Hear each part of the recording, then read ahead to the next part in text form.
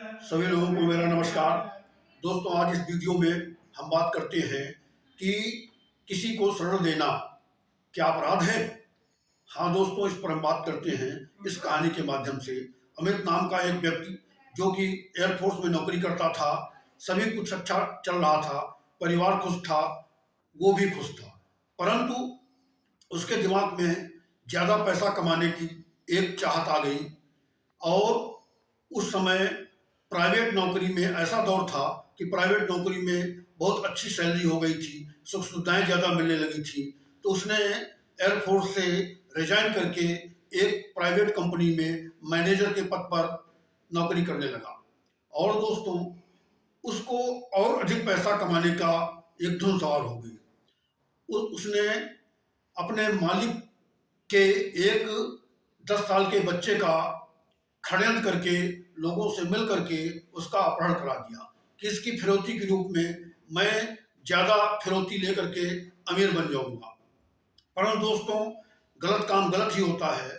और उसने उस लड़के का अपहरण कराया और अपनी उसमें शामिल होना छिपाने के लिए उस मालिक के साथ साथ एफआईआर कराने गया, ढुड़वाने में साथ साथ रहता था, पुलिस की इंक्वायरी में भी साथ साथ रहा।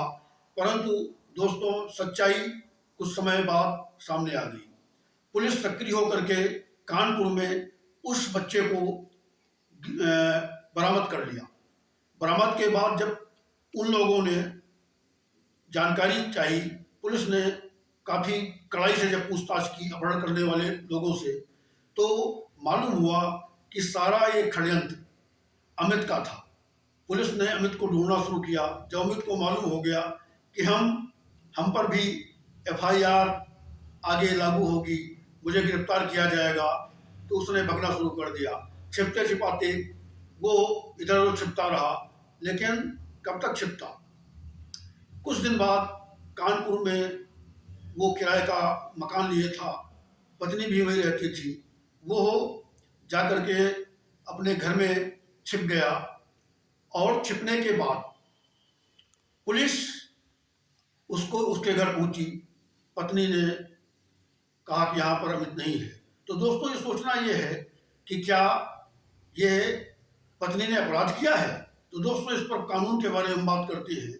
सेक्शन 249 बीएनएस में यह बताया गया है कि यदि कोई व्यक्ति अपराध करके आता है और कोई उसको आश्रय देता है, जबकि उसको जानकारी है कि यह अपराध करके आ रहा है, तो यह दंडनीय अपराध है।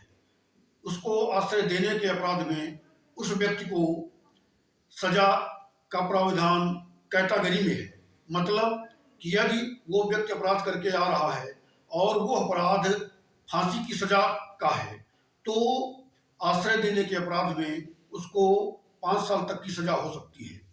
और यदि वो अपराध जो कि उस व्यक्ति ने किया है वो आजीवन कारावास या 10 साल तक की सजा का है, तो आश्रय देने के अपराध में 3 साल तक की सजा हो सकती है।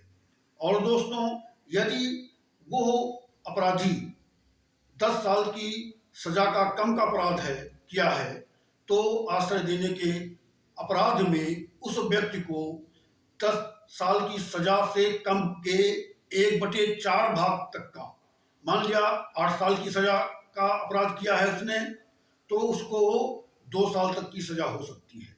तो दोस्तों, यहाँ प्रश्न ये उठता है कि क्या अमित की पत्नी ने अमित को आश्रय दे करके क्या कोई अपराध किया है?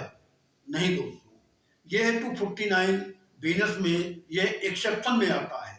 एक्सेप्शन मतलब है अपवाद, कि जो कानून है उससे हटकर के पत्नी या पति को यह एक सुरक्षा दी गई है कि यदि पति या पत्नी कोई भी किसी अपराध किए हुए पत्नी को या पति किसी अपराध में शामिल पत्नी को घर में संरक्षण देता है, तो उसको 249 के तहत सजा नहीं होगी, जब तक कि वो दोनों किसी अपराध में व्यक्तिगत रूप से शामिल ना हो। तो दोस्तों, इस वीडियो में मैं ये बताना चाहता हूँ कि यह 249 का एक्सेप्शंस है।